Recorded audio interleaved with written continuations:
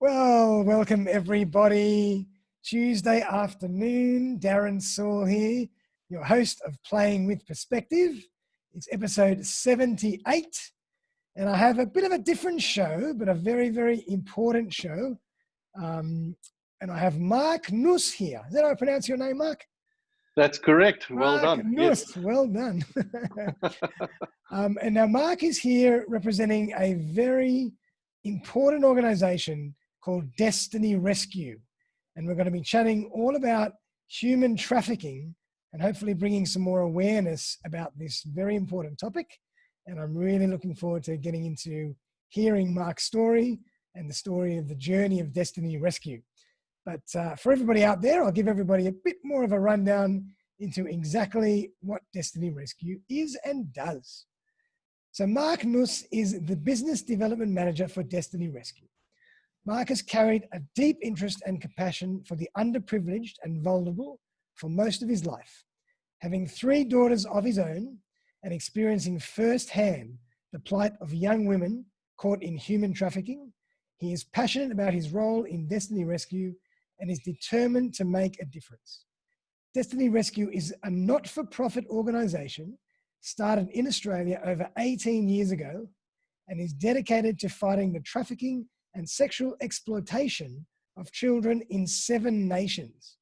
Their highly trained agents run covert and raid rescue operations day and night to locate and rescue children being used and abused.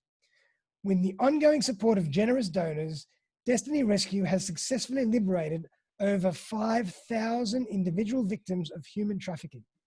They have been instrumental in the closing of many bars, clubs, and brothels known to be targeting children for sex work and have seen numerous perpetrators prosecuted.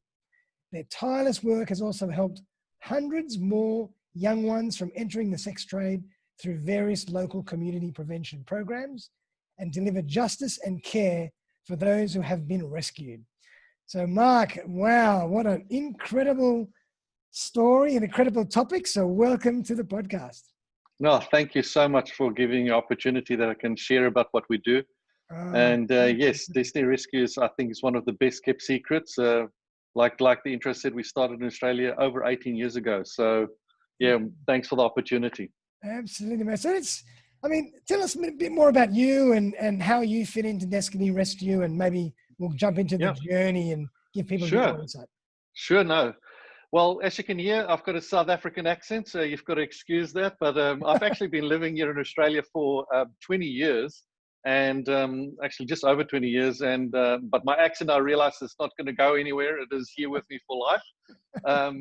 But I'm fortunate enough. I married a wonderful Australian lady. I hit the jackpot with my wife and got lovely children. And it's like an intro says, I've got 3 daughters, but also got a son. So it's they keep you busy in life. But yes, and how I got connected with Destiny Rescue is when I arrived in Australia, I made one of the first guys I made friends with, and still one of my best mates.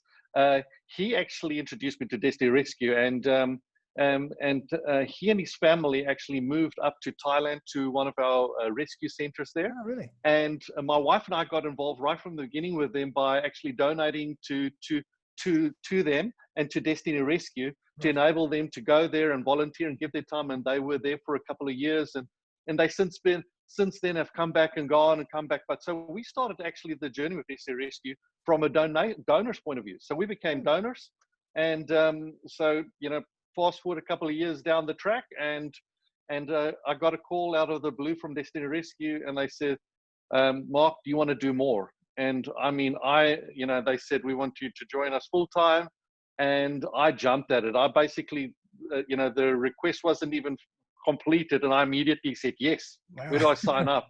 Wow. And I had to kind of say, oh, wait a minute. I better talk through with my wife, clear career change. Yeah, I better just talk to my wife. And but anyway, I went and spoke to my wife, and she was immediately yes, because we love Destiny Rescue and what they do. So that's how I got involved with Destiny Rescue, and I've had the privilege to be involved with Destiny Rescue even in the sense of I've gone Cambodia and Thailand, and have the privilege to go with our permanent undercover agents Wow. to go actually into these bars and brothels and karaoke bars, and to go and look for children to be rescued out of those places. And the the journey with Destiny Rescue started with a gentleman called Tony Kerwin, and like I said, over 18 years ago. And Tony was working for another organization, and then he was in a bar in Thailand and overheard somebody bragging that he got offered a child to have sex with, and that really rocked him to his core. And being a dad with girls and himself, it just didn't sit right with him. And so he started researching a bit and realized how big a problem this is. And that's basically then the genesis of Destiny Rescue. It started about him overhearing conversation and said, wait a minute, we've got to do something about this, and realized, well, why do I look around for other people? I'll start with it. Wow.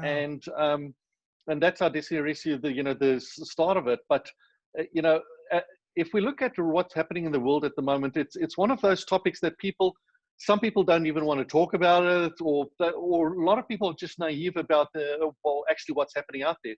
Yeah. But according to the World Labour Organization, there's about 40 million people that are in some form of slavery and that have been trafficked. So 40 million people, if you think of it, it's way bigger than the population of Australia. You've got people that are either in forced labor or in being trafficked for sex slavery, or it's for organ harvesting, for so many diabolical things that you can think of that people have been trafficked into in this world. And Southeast Asia is a hotspot. And so, in your intro, you're talking about that we're involved in 7 different countries, mostly in Southeast Asia. We've got one in Dominican. One of our nations is Dominican Republic. And so when people go onto our website, they'll see we'll talk about 4 nations, but there are 3 that are undisclosed nations because of political sensitive reasons. Not everybody or these countries will want attention brought to the fact that they are having problems with trafficking, especially trafficking with children. Yeah. And so in the nations that we deal with, we that I can mention is the Philippines, Thailand, Cambodia, and then the Dominican Republic. And then, like I said, we've got 3 other nations that are undisclosed at the moment. Yeah. And worldwide, the World Labour Organization guesstimates that about 1.2 million children are trafficked just in the sex trafficking industry alone. So that's every 26 seconds, another child is forced into it. And it's very difficult for them to ascertain the real numbers of this. This is just all guesstimates because it's an illegal industry. And so much of it is kind of underground and hidden. You can't, it's not like you can have a census and work out exactly what the numbers are. But roughly speaking, this is what we're talking about. 1.2 million children have been trafficked into the sex industry. And then also, according to them, life expectancy of these children, because where we find these kids, some of these places are just horrific places we find them, and the type of abuse they've been subjugated to. And so the life expectancy of these children are about 7 years, according to the World Health Organization. So, what makes us different from a lot of other organizations, because there's some really great organizations out there that operate in this area, a lot of great NGOs. But what makes us different is that we'll actually go undercover into these bars and brothels and these dingy, dark places, and actually go and look for these children. I've used this analogy before in the past, is that, an Australian analogy, we've got this surf lifesaving, right? And we've got, as an organization, you get the organization that's nationwide, the general organization, and they put out and they do all the education of people, swim between the flags, watch out for the rips, and for the tourists that come in, they warn them, stay between the flags, watch out for the rips, etc., which is all very important work. But on the day, Darren, if you're there in the wave and you find yourself in trouble and you're starting to drown, you want somebody with you in the water right there and then. Yep. And that's us. We're the ones. We're in the dark, dingy places, in the bars, the brothels, you name it. Wow. Undercover, totally undercover. You're like totally one of the tourists or one of the locals. Yes, totally. And so this, because a lot of this is a Western created problem. It's supply and demand.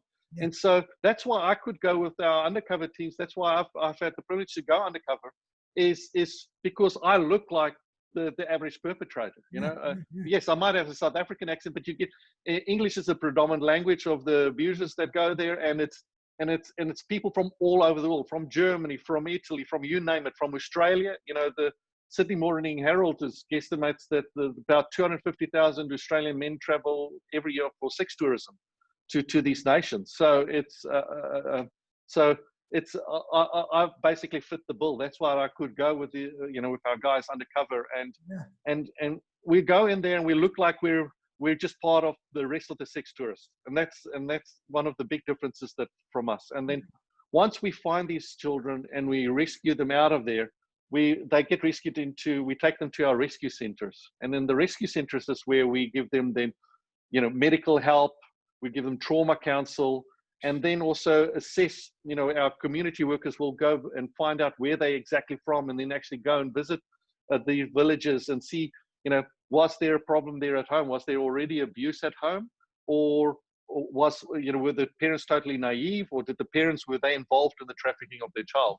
And a lot of times people think it's basically the parents are involved in the trafficking of the children, but no, a lot of times the parents are actually naive, because it's poverty that creates this problem for them.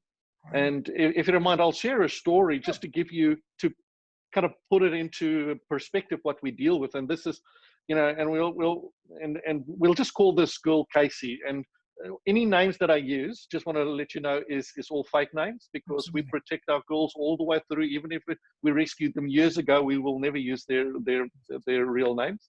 So, story of Casey and Casey is just as example of many girls that we've rescued, but it's a true story, And with Casey, what happened is she was a part of a family of 7, in a rural community. Her parents were farmers, but it was very subsistent type of farming, just enough to feed the family and keep on going. And they hit hard times, and they basically, Casey at that stage, 14-year-old, and they said, can you please go and find work? We're battling feeding the family. So, beautiful daughter she is. She had just been all her time just school and working on their farm. She went and spoke to one of her friends and said, where can I find work? And her friend naively just said, why don't you go to the big city, and maybe you'll be able to find work there. And she in her mind thought, okay, if I can go to the big city, I can work in a restaurant, I can wash dishes or whatever. That was her thought process, and therefore help the family. So she just basically hitched a ride with on the back of a truck, or in Australian vernacular, a ute, and just got a lift through to the big city, 3 hours drive, and got there, and the ute just dropped her off at what's commonly known like a bus station, but it's not what we think of bus station. It's more an area, drop off and pick up area, but kind of like a U-shaped ring around it is all these bars. Right. And so she got dropped off there, and like typical the criminal organizations, they're very they'll take any chance they can get. And somebody inside one of these bars saw this girl being dropped off, and out walked this mama son, who's female manager of these bars, and she walks up and she went and introduced herself to Casey, and said, what are you doing here? And she said, oh, I'm here. And she said, are you looking for work? She said, yes. She said, well, why don't you come and work here at my bar? Great opportunity for you. I've got a job, and all you have to do is, and you've got to think, Casey is from a total rural area, no life experience, total naive.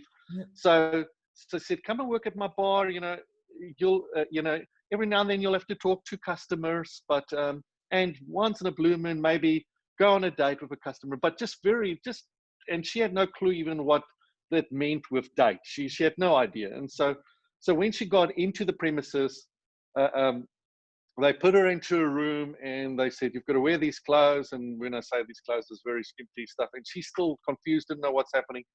And what happened, and so I've just got to warn listeners and viewers, this is going to be a little bit graphic, but this is the reality we face. And this happened 5 times to her. But the first time she's there, between 3 to 4 guys walked into the room, locked the room behind her, and basically started gang raping her. And she fought them. she fought them off, but they beat her up till she submitted. And then that for the whole night, they basically raped her and gang raped her. And this happened 5 times to her. Oh, But here's the thing, Darren, is that that at the moment of her most vulnerable time period, right there, in her most vulnerable moment of her life, the scariest moment of her life, they were videoing it on top of it all.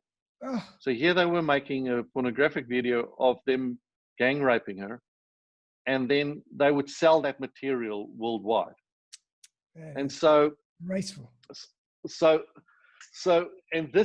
and so here you've got this girl, and this happened 5 times to her. Never mind the amount of customers they forced it.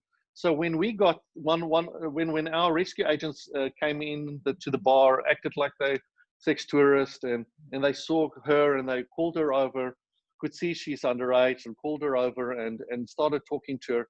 She just thought they were another Dirty Johns, because that's our cover, and but then she realized something was different about our guys, and they spoke really and treated her with respect, and just they were talking to her. Anyway, after a few visits, because in the beginning, we very rarely does it happen in the first meeting we pull them out of there, although everything in you wants to pull them out straight away. But you've got to kind of build up a rapport, make excuse why you're not doing anything. You just say, okay, we'll come visit you tomorrow, and then come as if having a good time.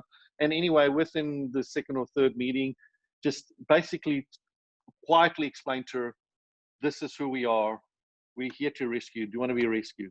And she said immediately yes. Oh. So our guys booked her out as if they were going to take her to a hotel room to abuse her. And they drove off with her in the night and took her all the way to our rescue center. And what we do a lot of times is we'll notify the other girls that have been rescued that we're bringing a new girl in, so they'll come and meet the girl. And so our guys brought her in, and when she saw the other girl, she was so elated, and she was nearly over the top happy. And then we took her to a place for her to her room to sleep in. And what happens, and this happens to basically all our girls, she ended up sleeping for 2 days flat out, because yes, for the first time she's in a safe place, and without having to worry what are those footsteps coming down the hallway to her. And she just slept for 2 days flat out. And this happens to all of our girls. Wow. Well, the first time when they arrived there. And afterwards we asked her, we know you were happy, but you were just so super happy, can you explain to us what was going through your head? And she said, well, when I said yes to be rescued, I actually wasn't truly sure if I could believe you guys, because her promise, she had been told so many things and be lied to so many times over that she had no trust levels left. And you can understand that. And that's what we face, is that some of these girls, it just sounds it's too good to be true when we offer them to rescue them. But when she saw those other girls there and realized what we said was true, it was just exuberant joy that came out of her. And then the ones that are in our rescue centers is where we then do, we help them with. Some of them need medical help, because some of them, because they've been raped, they've got, some of them have venereal diseases and other problems that we've got to help them with from a medical point of view. And also then obviously give them trauma counsel, and then assess them where they are, and then help them, on their journey, which we will call Pathway to Freedom, to get to the point where, even with vocational training, etc., so that they won't find themselves in that position again, and get them to a place, like our name says, where they will be able to choose their own destiny. Gotcha. Wow, what an incredible story, and that's probably just one example of many, many, many of very similar stories. Oh, totally. Like as you and I are speaking now, our number now of rescues is, because even with all these COVID problems, we're still rescuing. We're still out there doing our job, and we're at the moment on our number is 5,322 rescues up to date. And when I say up to date, we only started counting from 2011. So this is only from 2011 that we've been counting and keeping track of the numbers. And so 5,322 as of today. And I'm sure there will be more tomorrow. And COVID's brought its own problems, obviously worldwide. It's affected our donors, because some of the donors, lost jobs, etc. But and it's restricted movements. But the thing is that criminal organizations are very quick to adapt. And so we had to, our workloads actually quadrupled overseas, where our guys really had to maneuver and adapt very quickly. And you know, traditionally what we've, or how we operate is we've got three type of ways we do things. And firstly is we've got what we called covert rescues. And you've got to excuse my accent because I've said it before and people thought I said covert, but it's covert. Yeah. So covert rescues is like what I've been involved in. We go undercover into the bars and we'll rescue one child at a time out of these bars. And it's pretty brutal if you think of how, for these bar owners, that child is just another commodity. Yeah. You know, if the reason why sex trafficking is the fastest growing illegal industry in the world, in the second largest illegal industry in the world, and the reason for it is these criminals have worked out where if for example, if I'm a drug dealer and I've got usually I'm in some other country manufacturing and mass these drugs. Now, I'm just using it as an example. I'm not saying you, but if you're the drug user, I've got to get the drugs to you. So it'll go through quite a few third parties or fourth parties, and this the whole supply chain, and finally it gets to you. You use it once. Now, with the whole process, it's got to start over again. Where what they have worked out, they just have to take a child and place the child in one country in a specific location, and people will fly in from all over the world to come and abuse that child. Oh. And so for them, it's, and these guys just see that child as 100% just a product. There's no different for these guys, for these bar owners, whether they sell a bottle of beer or a child, there's no difference for them. Just pure comedy. And it's, and we've seen it where we can go to the same place where we rescued a child, we can go back and they don't even budge an eyelid if a child's gone missing. And obviously we've had sad cases where we were setting up a rescue, and you know, this flows into my other part I was saying. We've got the covert rescues, we've got raid rescues, and raid rescues is where we work with the police agencies in the different countries. Right. Yeah. Doing it for over 18 years, we've built up good relationships, know which agencies to work with and to trust, and build up good relationships. And so we'll work out with, and a lot of times it's special federal police agencies that deal with trafficking. Yeah. So we'll work very closely with them. We don't get any financial help from them, but we're a good asset for them. So we work together. And part of the raid rescues is we don't only want to just rescue the children, but we want to close these places down. Yeah. So that if you put the perpetrators into jail and you close the place down, it breaks that chain, and it breaks that supply chain, and you start making an indent into that industry. And so with the raid rescues, we can rescue anything from 2 children up to our biggest one was 159 individuals in one night. Wow. So one raid. So coming back to the other story I was just going to mention was with the raid rescues. We had set up a raid rescue, and we knew there were children in this place, and we had started building. Our undercover guys had built up certain connections there, relationships, so we knew, and we were setting it up. And this is the reality we unfortunately face, is unfortunately money, you know, because we totally didn't rely on donations, and money was just a little bit slow coming in, and it just pushed the raid out by just a couple of weeks. It wasn't, and we still kept on touch. And so we went and did the raid and rescued these children, but unfortunately one child was missing, a 12-year-old girl. And then when we started looking for her, we found out just basically 2 days before, 4 guys booked her out, gang raped her and killed her and dumped her little body in the side alley. Unbelievable. So this is the type of things that drives us, because that's a life that we were this close in rescuing. And that's the type of thing that drives us. And our guys go out every night, 7 nights a week. And even Tony Kerwin, you know, who's in charge of it all, he still goes out and does raids. And it's because of stories like that that drives us, that we don't want to miss that next one. We don't want to be there where we have got another girl that slipped through our fingers, that we just weren't in time to rescue her. Yeah. Wow. But with all these kids, it does make a difference in their lives. Yeah. And then the other component, like I said, is also we've got preventative work.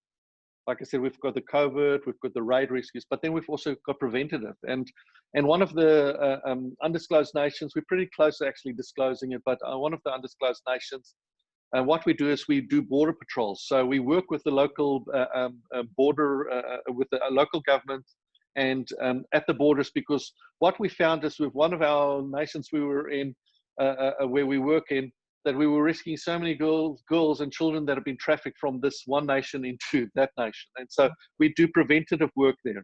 And you know, if you don't mind, I'll just give you another example. Yeah, sure. So our agents work. They'll actually go in and they'll go onto the buses and the cars and they'll inspect it.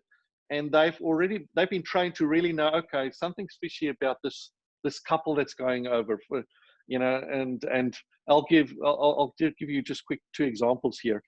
One of them was, you know, we're going to rescue children, but if we come across an adult that's been trafficked, we'll rescue that adult. It's not like, you know, use the lifesaver analogy. You're not going to be in the ocean and you see somebody drying, go, how old are you? Oh, sorry, you're 21. No, we can't help you. Absolutely.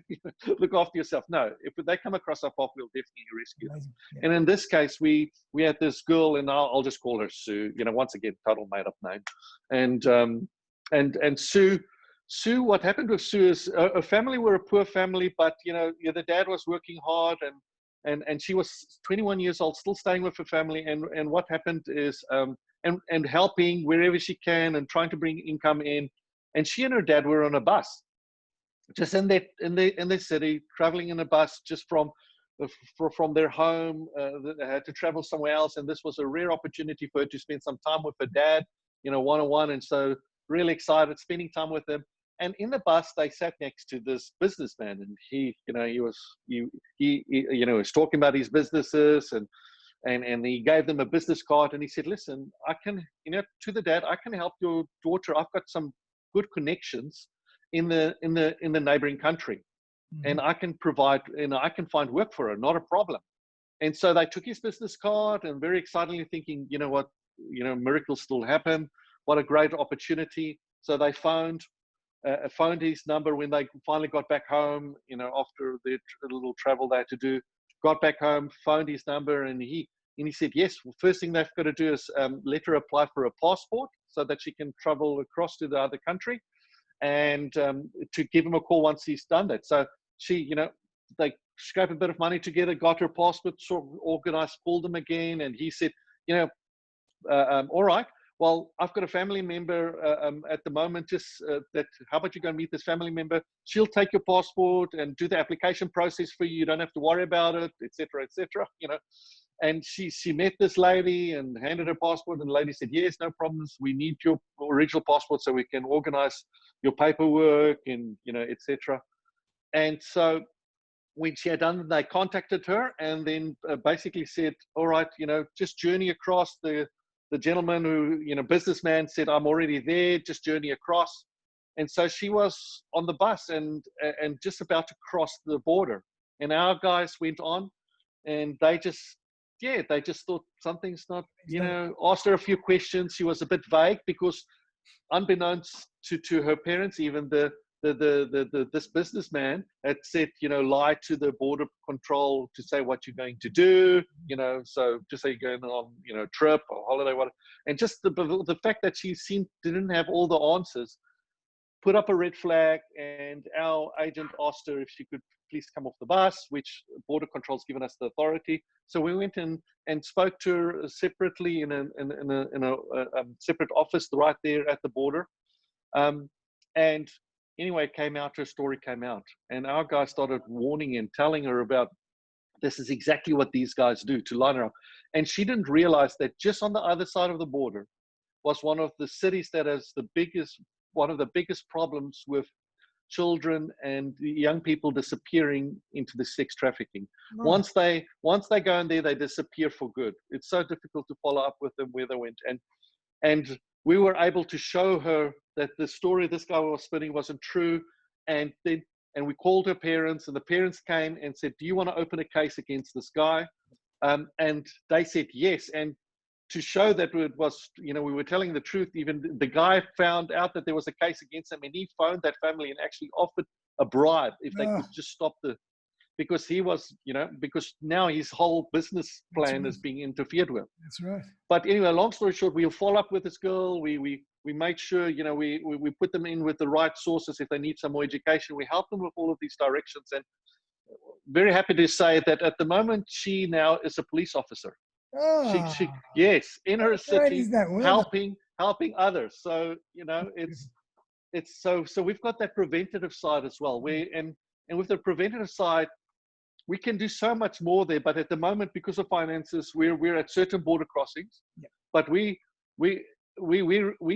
rescue a child a day basically there. Wow. It's our average is a child a day that gets rescued at this country at these border crossings. And Marc, in terms of the preventative side, yep. Do you guys go about in some way trying to educate the people, the families, the children about what to look out for so they don't fall into this trap, or is that hard to do? Or? No, we do. Thanks for asking that question. So for example, with the ones that we stop at the border, we make sure we contact their parents and we educate the whole family. So that's our first thing. We educate all of them of the warnings, and even tell them to bring their family members and warn their family and the friends and that. And so we educate them. But we've also, when we, in Thailand, we saw that certain villages seemed to be targeted. We've gone into those villages and then educate the whole village about be careful, because like what happens a lot of times, exactly like what happened to this girl, but sometimes these organizations will even send people into these villages, like, hundreds of stories. But, we had a case where they sent a female into this one village, and she just asked around, hey, is anybody looking for work? And like I said, people are very naive, and because they're battling, they said, I can offer any work for your children. And one of the girls obviously, unfortunately, said yes. And the lady said, yeah, I own a restaurant just, in the next village, and ended up driving for hours past quite a few villages, and they got hold of her and forced her into something that she never ever dreamed in her wildest life to be involved in, until we could come and find her and rescue her out of that, because they can't put their hand up and say, here I am, help me. Yeah. A lot of times you'll find even local police agents turn a blind eye to it. And so it takes our agency going into these places, our undercover guys going into it, finding them, and then putting them up for rescue. So yes, to answer your question, yes, we educate where we can, but it's just so vast and so big, and we've only got only so many resources. So yes, but we definitely do. We do education programs wherever we can. And so, what are some of the major challenges or the biggest obstacles for executing, the missions or the covert operations or any of the solutions that you provide? What are some of the biggest challenges? Well, firstly, in reality, is finances.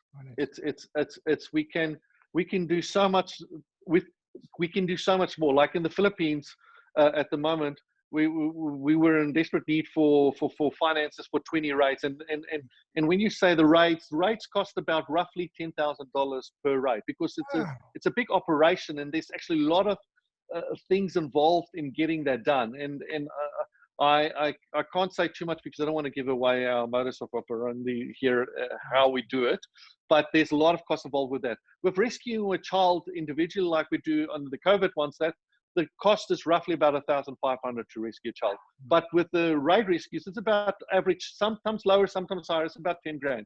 And there's a lot of moving parts and a lot of investigation time, but also a lot of things we've got to do to not tip these guys off that we're coming, especially with the raids. So finances is what I felt like. We had once one of our actually in the Philippines. Again, our guys was 1 week that just finances just came to a little bit of a stretch, and they knew there was a raid they had to do, otherwise they would lose the girls. And you know what, these guys, the head department spoke to all the staff there, and they were all happy. They all said, we'd rather go without pay this week, but we've got to get this done. Wow. And they went in and did the raid and rescued quite a few children out of that. So so yes, money is number one, because we don't get any grants from any groups. We don't get from governments any help, financial help. So it's 100% donors. That's why we're a tier 1 registered not-for-profit, but it's purely by wonderful donors that we have. And I see our donors as you know, because I've been on both sides, but I see donors as they're my heroes in the story, because we physically can't do that without them giving finances. And you know, my own story is when I went undercover, had the privilege to go with our permanent undercover guys. You know, and this was in Paria, or however you want to pronounce it. My South African accent, sorry, but Paria. And in Paria, we went into, you get different streets that are real well-known streets that even tourists will walk up and down, lots of bars, and it's nearly like a tourist attraction. So we went into, down one of these well-known streets, and we went into this bar, and we were talking to different, you know, girls, and I was talking to this young girl, and still trying to, you know, act like I'm supposed to be there, having a good time, but just quietly talking to her. And in my conversations, I just felt to ask her, you know, how did you get here? And she kind of shyly told me a story, and she said, you know, 4 months before me sitting there next to her, she was, you know, a happy schoolgirl, got a younger sister, not too, you know, a 10-year-old younger sister. Both parents are working. Life is good. Got dreams, aspirations, and unfortunately, suddenly her dad just suddenly died, and then very quickly she could see there was pressures on her mum financially. You know, and then out of her goodness of her heart, you know, just you know, it just breaks your heart when you realize the reason why these girls find themselves in these troubles. You know, out of the goodness of her heart, she just decided, said, Mom, you know what, I'll go to the big city and find a job. I'll, you know, thinking again, I'll just find a job in a restaurant or somewhere, and so that my 10-year-old sister can stay in school, and I'll find a job until we can sort this out. You know, let me go and find a job. And her mum reluctantly let her go because they were just in trouble financially. And so she went, and unfortunately these guys got hold of her, you know, and they forced her into here now, selling her little body to dirty johns coming from all over the world. And I'm sitting next to her, and I'm just hearing her story, and you know, I asked her, you know, what is it that if you could have stayed in school, what is it that you wanted to do? You know, and this is sometimes when it's really heartbreaking, when you see this girl, you know, her little head just dropped even further, and you know, and out of her mouth she was saying something that, you know, she totally had given up on. What she was going to share with me was a hope and a dream she had, but it's all shattered into bits, and she had no hope left. And you know, I asked, you know, and she just said, well, when she was to school, her desire was to become a school teacher. You know, and here I'm sitting next to this girl. I'm going, here's a girl whose desire was to give back to community, in a sense, to be a school teacher, to educate the next generation. But because of unfortunate circumstances, she got into a place where these guys got their hands on her.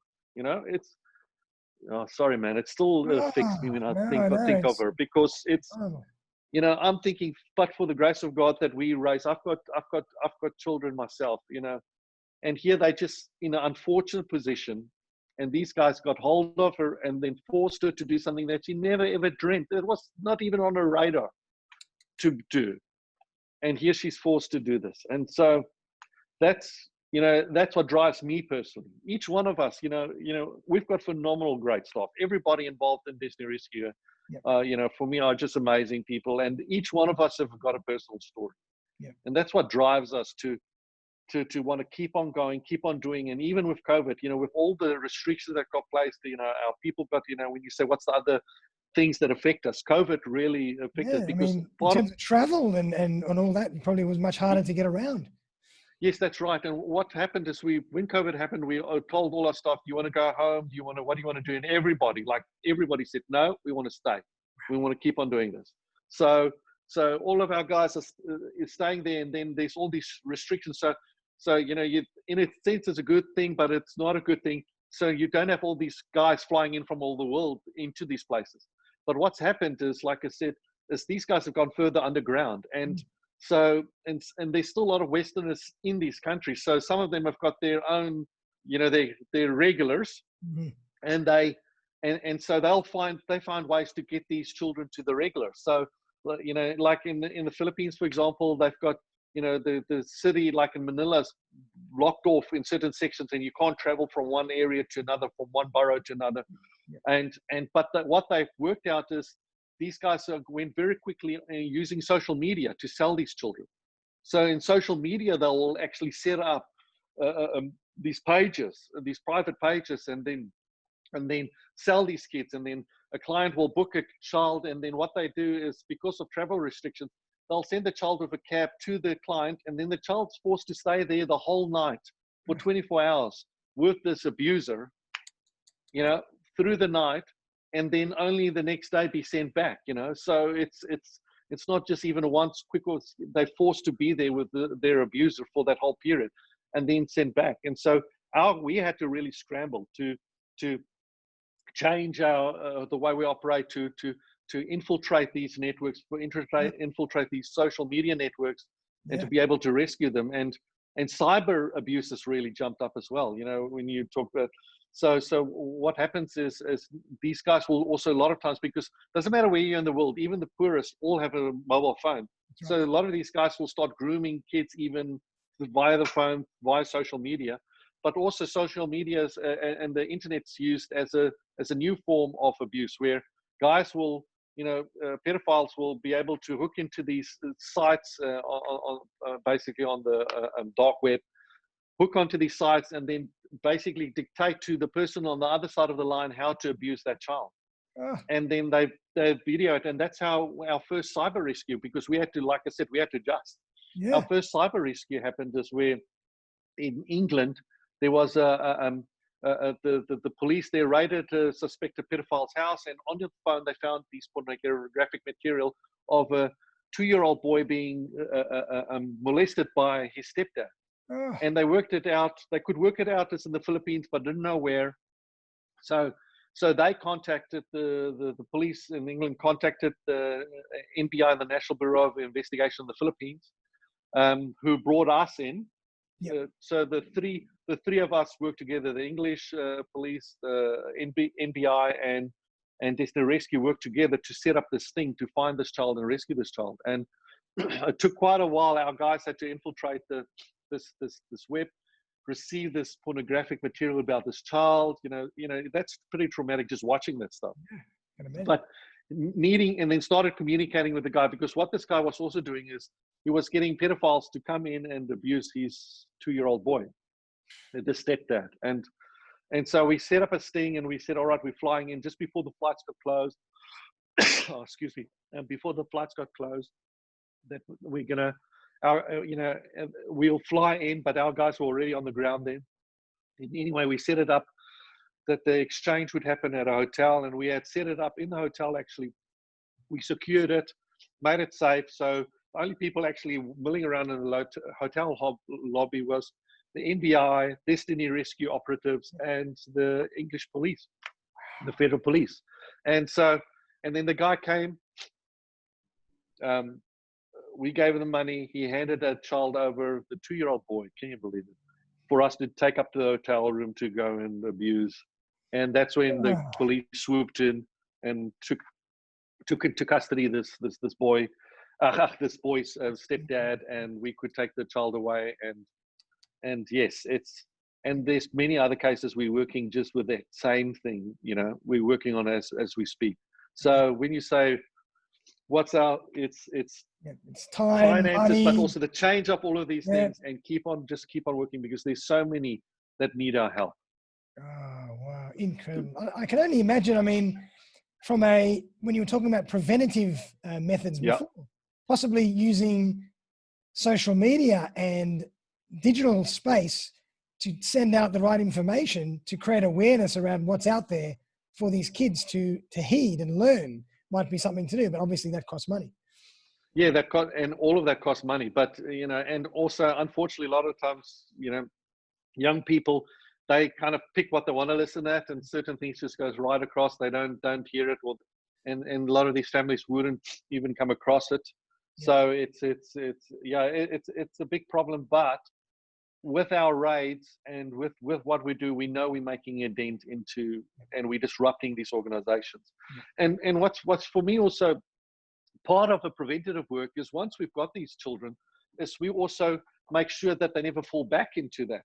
Yeah. Because it's one thing to rescue, but you can't just rescue them and just right there plop them back to their families. You've got to break that cycle in a sense. So what we do is, in our rescue centers, we also work with a lot of not-for-profit, other NGOs and other profit organizations, because there's so many avenues you can go down. I'll just give you a couple of examples. We had one of the girls that we had rescued. She was at our rescue center, and in our rescue center, in this specific one was in Cambodia, and in our rescue center there, we trained the girls up to do hair and makeup and beauticians. Nice. Because it's naive to think you can just take the girl and just give them education down that and then just send them back, because they've got a poverty issue. So even if you're helping them with their actual physical education, they still need to get money for themselves and for their family, because that's what brought them there initially. Yes, what started the whole thing rolling. So what we do, we believe in the whole principle, you feed a man a fish, you feed them for one day, but teach them how to fish. You're feeding them basically before they can feed themselves and their family for the rest of their life. So we take that principle to heart, and we literally take that principle. So what we do is with their hair and beauty and makeup, we know that's a resource they can take even into their villages. A quick example is, we've got many examples of this, but we had these two sisters that got trafficked together, and we rescued them, fortunately, together, because sometimes they even split them up, but we found them together, we rescued them, and then we put them through our rescue center, and we trained them up to do their hair and beauty and makeup, and it's hair and makeup and nails and everything. So that was our, they got fully trained up with that, and then we worked out, we sent our community workers, went to the village, found out it was safe for them to go home. Their parents weren't involved in their trafficking at all, and so we sent them home, but with with all the equipment they needed, and all the the makeup and everything, like a starter kit to start up, and help them set up their first little place. And what's amazing, because we still stay then in contact with these girls, and that these two girls, right, children, still teenagers, they started this little hair salon, and it's only a little wooden shack basically they started it. Yeah. But that now is the main hair and makeup salon that the village goes to. So they're making enough of a profit, not only looking after themselves, but their actual whole family. Beautiful. And so it's yes, and we've got hundreds of stories like that. And then, to where I started with the story, in Cambodia, at the same center, we had this one girl that it just seems like that wasn't the direction she wanted to go in, and we tried to work out how can we help her. And one of our social workers actually saw her in the off time just doing drawings, just drawing away, and looked at her and thought, man, she's actually pretty good, good talent. Yeah. So we as Destiny Rescue then paid for her to go to a local art school there that was in the form of the Japanese style of art, and paid for her, and she did really well, excelled, and worked really hard, and really did well, and then completed her course there and did really well. And then out of that, we helped her find a job, and there was an international company that wanted a film studio that wanted to start up a branch there in Cambodia, and she was one of many that got interviewed to become an intern, and she got the position. And I'm happy to say that after doing her internship training, they offered her a job, and she got a job as a digital animator. Hey, so that's amazing. So it's for, like I said, for us, that's another way of preventing, is helping them find jobs, helping them find positions. We've got another organization called Bloom Cafe that would take our girls and train them up to become patisserie chefs. Wow. I had the privilege to actually go to Bloom Cafe, and I saw that they came like second or third in international patisserie competition. They're really good. Amazing. And I don't know if you can see, but I'm a kind of a big boy, and so I don't waste any. I really hooved in some of that one. It was just fantastic. The little cupcakes and wow, it was just fantastic. I was truly very happy in my happy place there. My wife was like, "Oh, when you go overseas, it seems like you come back with an extra few kgs on you." But yeah, no, and they train them up to become patisserie chefs, and then we've had other girls, train up to become nurses, different things. So yes, and that's the best way. It's already happened to them, but that's the best way to get them point where they will not fall back into that. That's right. And then therefore that they can choose their own destiny. And that's why we call Destiny Rescue. We rescue them so that they can choose their own destiny. That's beautiful. And it's just a real shame that poverty can create so many of these circumstances and issues and dangerous outcomes, just pure poverty. Yeah, that's right. And lack of opportunity. And unfortunately with COVID, and we can already see it, is there's this groundswell building up that we're going to just see, there's going to be an avalanche of children being trafficked once we're back to a form where they start opening the borders. Yeah. Because unfortunately with COVID, with the restrictions, it always affects the poor even more. Yeah. And especially with the financial restrictions it creates. And we saw it, like I said, we've been around the block quite a lot of times, doing this over 18 years. Yeah. But when the financial crisis happened, it created a whole lot of new children got trafficked and just this groundswell. And so it seems like you just kind of start making indentations, and now this happens. So we're expecting quite a bit of children being, like a flood of them being trafficked as soon as things are opened up because of financial pressures at home. And I know this is a big problem, but for us, you've got to start somewhere. Yep. And for those that are right in it, that change when we rescue them is 100% change. Oh yeah. It's they were going down a dark path where some of them don't make it. Yep. But if we rescue them, they've got a chance to get out of that and see the light and then be able to choose their own destiny. And it's that old story. I know it's an old story, but it's so apt for us. Is that story of a guy walking on the beach and he saw another guy there, and thousands of starfish had been washed out. Yeah. And he sees this guy bending down, taking the starfish and throwing it back into the water. One step, bending down, taking another one, throwing them. And he's looked at this. And he just thought, this looks like such an exercise of futility, and walks up to the guy and says, "Mate, what are you doing? Yep. You can't save all of these. There's thousands here that got washed out." And the guy kind of looks at him, takes another step, takes another one, and throws in the water. He said, "Yes, that might be true, but for that one, it's 100% change." Absolutely. So, and that's powerful message. And that's how we said you can't look at a problem. It's like, I know this old saying, but how do you eat an elephant one bite at a time? I personally haven't eaten an elephant. I don't know how that saying even started, but but hey, it just you've got to start somewhere, and that's what we do. And like I said, for us, I think we're the best kept secret in Australia. People don't know about us, but we've been doing it for a long time. And part of it is we can't take the photos of the girls we rescue and plaster them and send them through the internet because you just re-abuse them again, basically. That's right. And so we've just got to work with what we've got, and that's why I'm so grateful that you're allowing me to share our story here on Destiny Rescue. And for us, it's like I said, what's close to my heart, because that's the journey where I started with Destiny Rescue, is becoming a donor. Is for people saying, because yes, a lot of people can think this is such a big problem, but everybody can make a difference, even if it's like, and I've explained to people, like when I was there with that young girl next to me, I could have not been there next to that girl, and we can't be there rescuing these girls if it's not for the donors. That's right. It's 100% partnership. There's no, it's 100% whatever. And so we love our partners, and that's why we've got people that, whether they what we call rescue partners, where people give a certain amount every month, and whether it's $10, $20, $50, whatever per month they give, but that all adds up.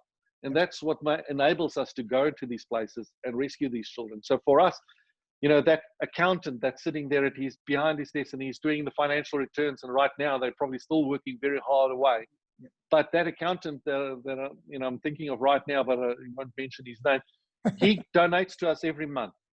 Every month, the rescue partner. But he is just as much an instrument of change than what our physical agents are there on the ground. It all takes funding. That's right. It takes funding. Well, I mean, Marc, you know, that is incredible story. And, you know, I wasn't aware of Destiny Rescue until today, you know, and the depth of what you guys do. And I commend you and all your team and the whole organization for the incredible work that you do for everybody. You know, it's a heartwarming stories. And, you know, for everybody out there, if they want to get in touch with you and learn more about what you do, what's the best way to do that? Well, if they want to get personally in touch with me, my email address is marc.nuss. It's Marc with a C, so MARC.nuss, N for November, U-S-S for Sam, at destinyrescue.org.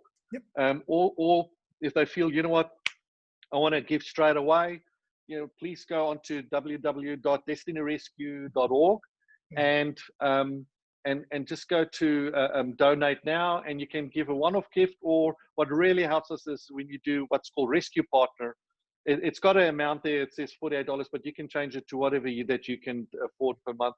But that helps us immensely with cash flow, and don't think that your amount can make it. Makes a difference. It makes a difference in the life. It changes the life forever. And yes, thank you so much for this opportunity. And I want to ahead of time.